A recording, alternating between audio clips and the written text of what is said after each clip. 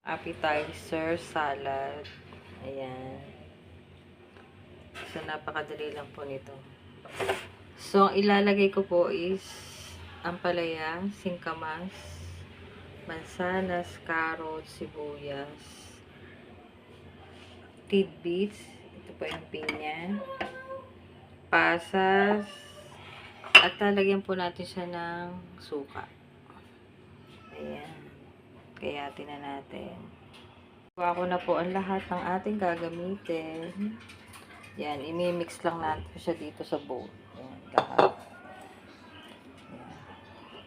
So, ilagay na natin ang singkamas,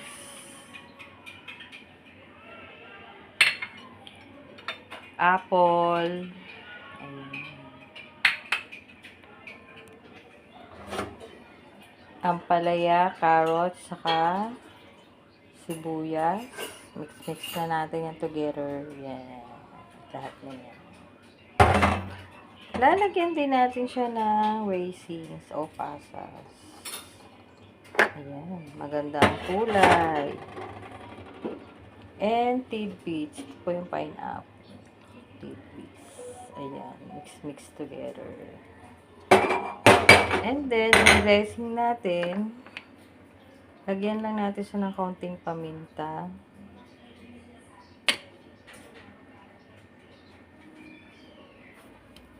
At saka asin.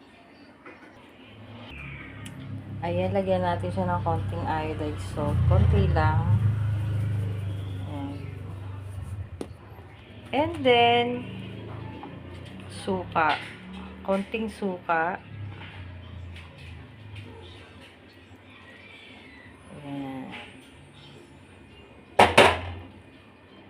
So, pwede na natin siyang i-mix. Ayan.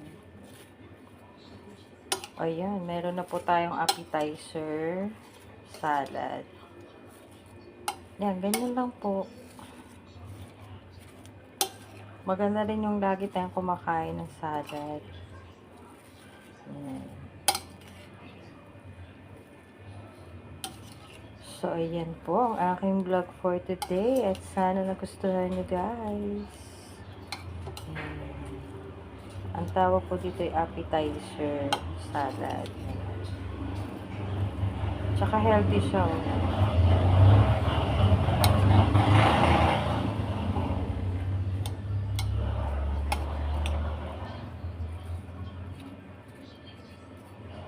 Okay, thanks for watching, guys. At sana nagustuhan nyo ang aking video for today. Tara, kain tayo.